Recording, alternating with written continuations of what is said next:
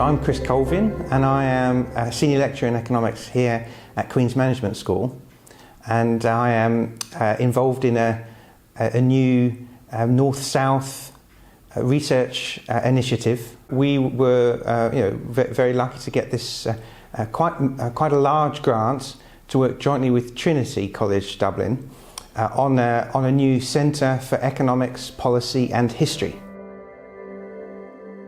My name is Gaia Narciso, and I'm the head of the Department of Economics at Trinity College, Dublin. I'm associate professor, and I'm one of the PIs, the principal investigators on this new Center of Excellence on Economics, Policy and History, which is a collaboration between Trinity College and Queen's University Belfast. And this is an all-island centre of excellence that's going to combine the strengths of Queen's and Trinity, and then to add other universities to the mix as well, pockets of excellence around the island, linking them all together into one new institution.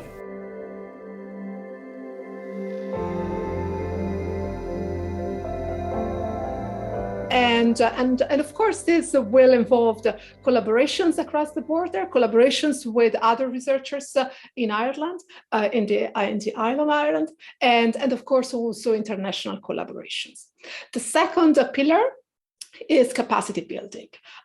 We will collect historical data, and we will make sure that these historical data will be made available to other researchers who are interested in understanding Irish economic history. And finally, the third pillar is about policy.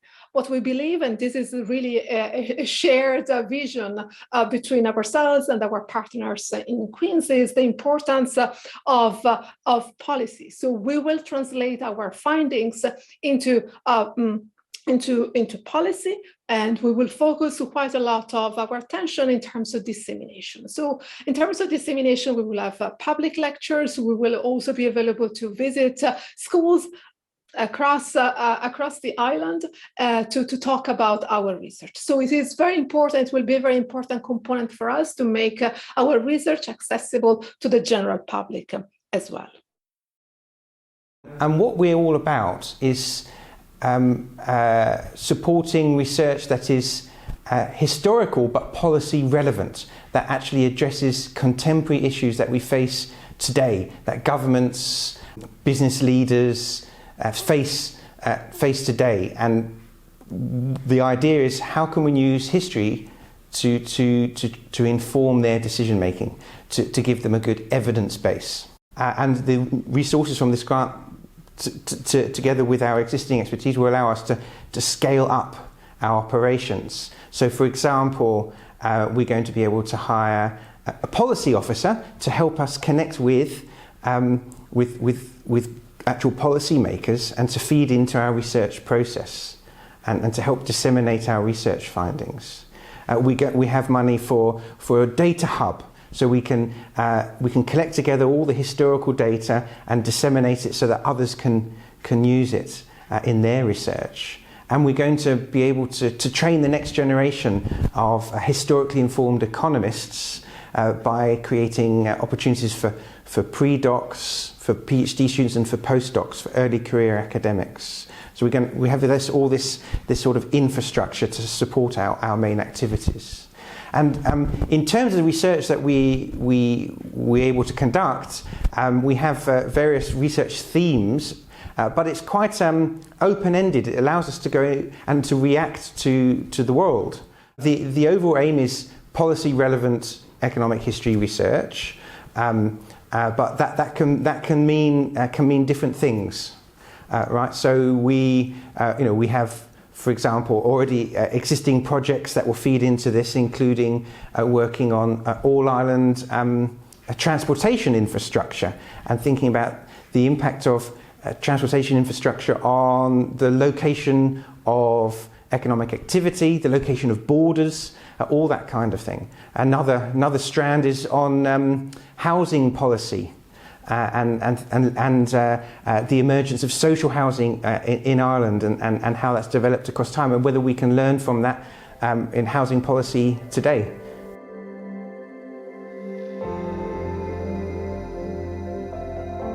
The funding will be for 4 years, but we hope that this initiative will continue beyond the timeline of this funding.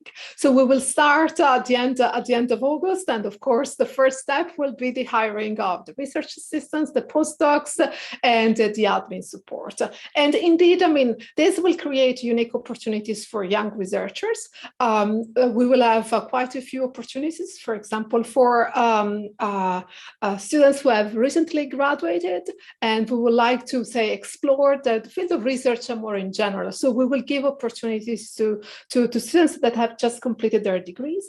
But then, of course, we will have opportunities for PhD students and for postdocs. So when we talk about capacity building, it's also in terms really of building capacity in terms of the future generations of researchers that are interested in studying topics related to economic history.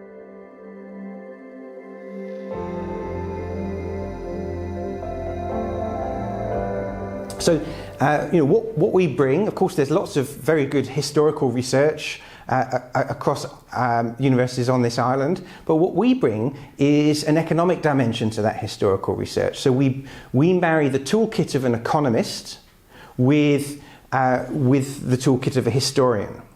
Right? So that means we look at quantitative data, we bring statistical analysis, we look at long-run trends, we do all that kind of what economists might call econometric analysis with the historical data, and we're not going to shy away from drawing direct and indirect policy lessons. Often with historical researchers, they are unwilling to think about implications. They look at history for history's sake.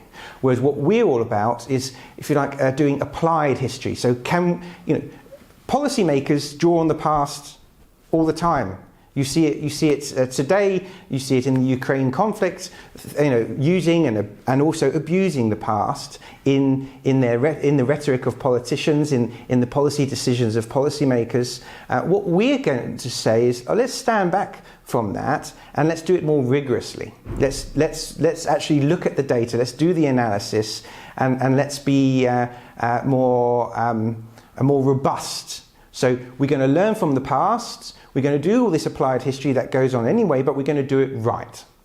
So that's what we're about.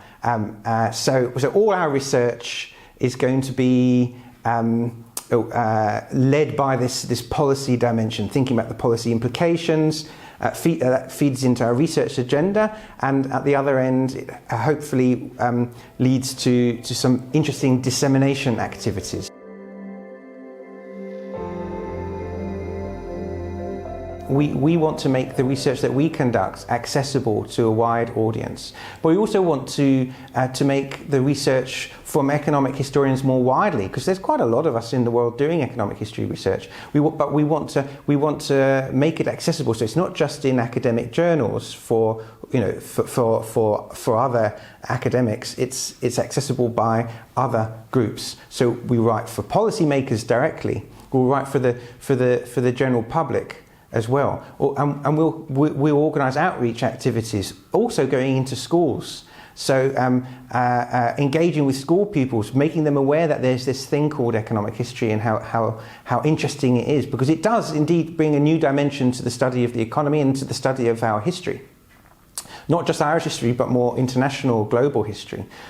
So there's been a big movement in the last decade after the 2008 financial crisis to change the economics curriculum, to make it more relevant, to make it more real world and less otherworldly, if you like. So moving away from abstract mathematical theory for its own sake, but instead moving towards a more empirically grounded form of economics that addresses real-world problems. And I think economic history offers a solution to this problem, and that's a big part of of what this centre is about. So creating material that can be used in the classroom at universities and at schools, right? Or creating material that lecturers themselves can use to retrain so that they can bring a historical dimension to their own teaching.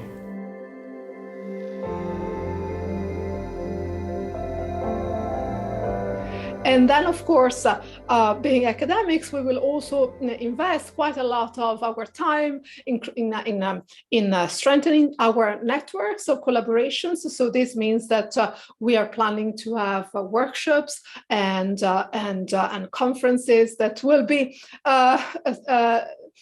touring between Dublin and Belfast in the near future.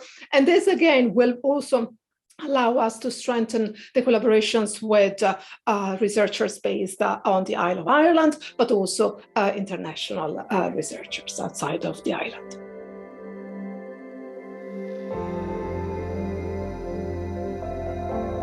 We can build on what we're already doing and sort of leverage that and build and expand that in a big way and hopefully roll out historically informed economics across the curriculum, right? So it doesn't just appear as a standalone economic history module, but it's embedded in everything we do, all the things that we teach.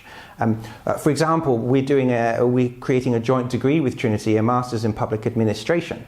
We hope to provide material for that. That's all about training the next generation of civil servants and policy officials, right? So if they have access to economic history research to really inform their decisions, it will be based on more sort of more well-rounded, bringing the historian's dimension into the classroom. Has, for example, if they have a new policy initiative that they're thinking about, has it been tried before? Perhaps it was tried before and it didn't work. So can we learn from those past mistakes?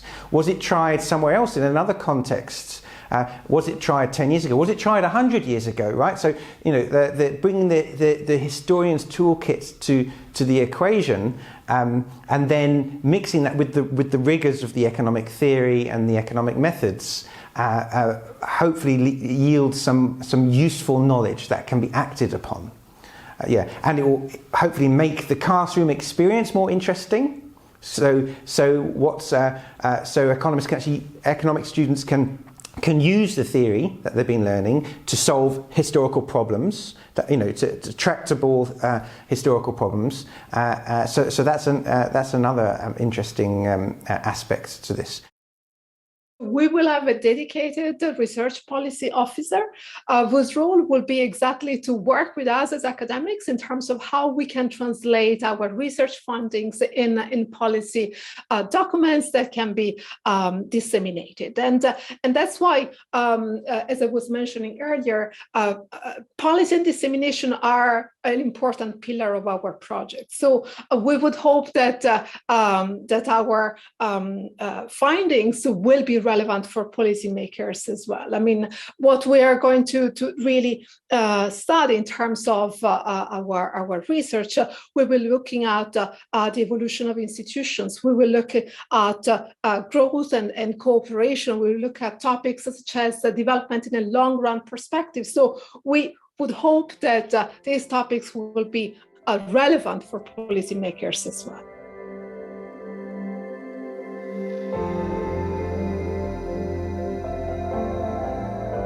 Both Trinity College and Queen's University Belfast have two significant clusters of economic historians.